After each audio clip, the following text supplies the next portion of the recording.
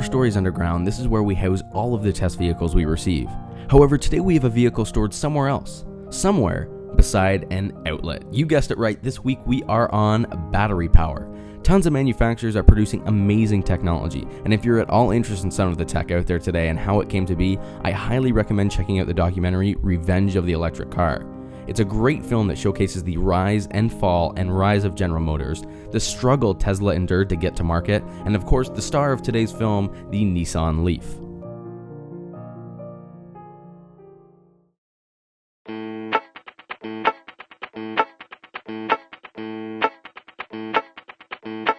Today we have the 2015 Nissan Leaf, and for those of you who are unfamiliar with this car, it's an all-electric drivetrain, absolutely no gasoline, and the battery is a 24 kilowatt-hour lithium-ion battery.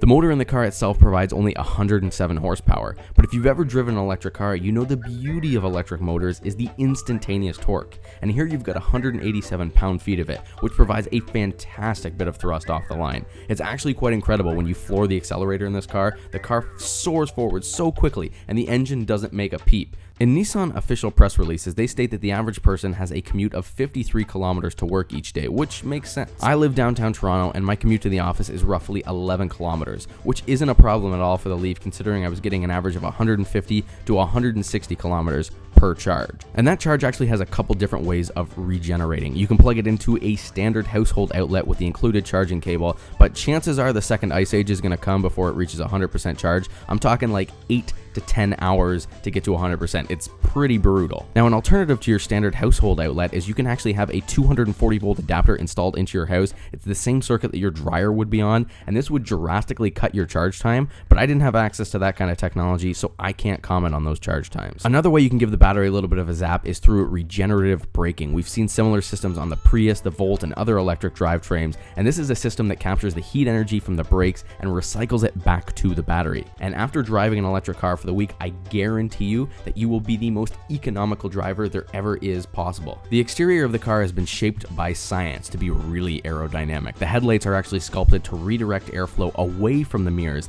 because the engineers thought the wind noise was too loud when it was traveling down the road. If that's not attention to detail, I don't know what is. Popping open the doors and shooting onto the interior of this car, this is the SV trim, the middle of the line. We've got some nice navigation systems up on the top here. I'm a short guy, but even in the back, I had loads of knee room and headroom. The trunk around back is really spacious. You could easily fit a dead body in the back, and actually the best thing is you won't have to worry about waking up any witnesses when you're getting away because the car doesn't make a sound. You can even fold down the seats in the back to fit all of your cargo needs, so you've got more space in the trunk than you actually see.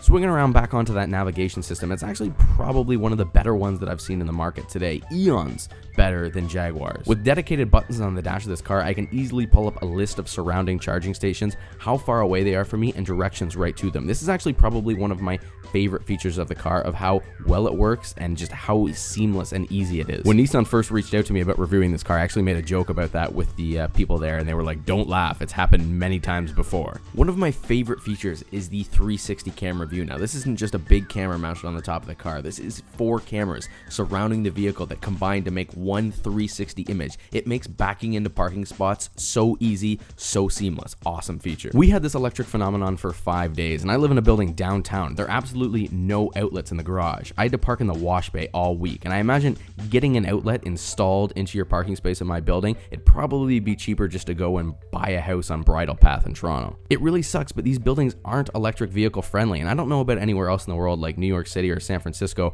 but I know that in Toronto, all of the parking garages are like this. No outlets. It's a small percentage of the target market that lives in this sort of situation, but still a big bummer, especially because the Leaf is really aggressively priced, starting at $24,600. To put that into perspective, the new BMW i3 is priced starting at $44,950, and the king of electricity, the Tesla Model S, starts at a whopping $78,970. I do have to say that I really enjoy the Leaf, but unfortunately my surroundings really limit my availability to drive any sort of an electric car on a daily basis. And now that I think of it, I'm actually having a little bit of a hard time trying to think of Nissan Leaf competitors. Yes, the Model S is another electric car, but is that really fair? I mean, I could have 3 Nissan Leafs for the price of 1 Tesla Model S. The Chevrolet Volt isn't really a full electric car. It's got a little bit of a gas generator in there, and the BMW i8 is super pricey as well. The only one I can think of right now is the BMW i3, but they don't like to return my calls for some reason. With an aggressive price point, a decent range, and tons of cool technology inside, I absolutely love that button that shows me all the charging stations. The Leaf is actually a really great entry into the electric car market.